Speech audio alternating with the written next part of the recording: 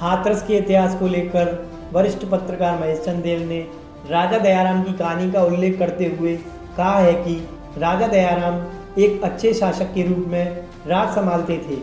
उनके कार्यकाल में दोष व निर्दोष व्यक्ति की पूर्ण विवेचना करने के उपरांत न्याय किया जाता था, इसलिए उन्हें न्यायप्रिय राजा दयाराम भी कहा जाता था। राजा के महल के चारों ओर झील थी जिसमें हर वक्त पानी भरा रहता था।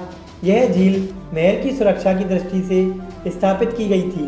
महल में आने जाने के लिए दो रास्ते थे, एक रास्ता पूर्व की ओर से आता था और दूसरा रास्ता पश्चिम की ओर से महल की ओर जाता था।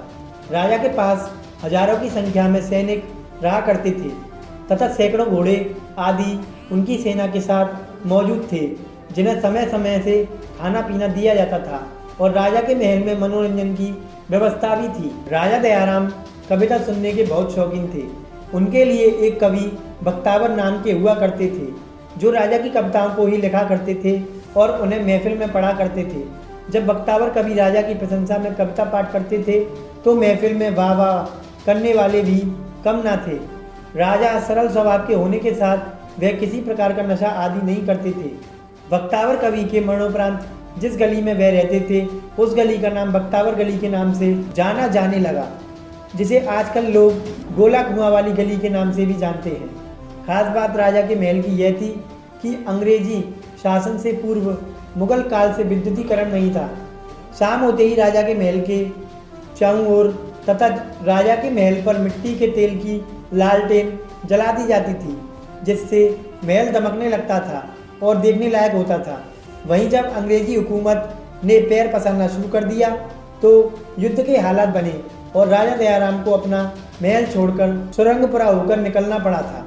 राजा के बारे में आम जनता का यह सोचना था कि राजा महल छोड़कर कहीं जाकर अज्ञात जगह छुप गए हैं, युद्ध में मरे नहीं हैं, लेकिन उनके किसी प्रकार के अवशेष न मिलने से यह प्रश्न खड़ा ही रह गया। राजा अपने पीछे अपनी पत्नी व 5 पुत्रियों को छोड़ गए। राजा के कोई पुत्र नहीं थे। राजा दयाराम ने अपनी वसीयत में अपनी पत्नी को यह कह दिया था कि वह चाहे जिसे अपना गोदशुदा पुत्र बना सकती है। किसी बहादुर व्यक्ति की तलाश में रानी ने मुरसान के राजा हरनारायण के तीसरे पुत्र महेंद्र प्रताप को गोद ले लिया।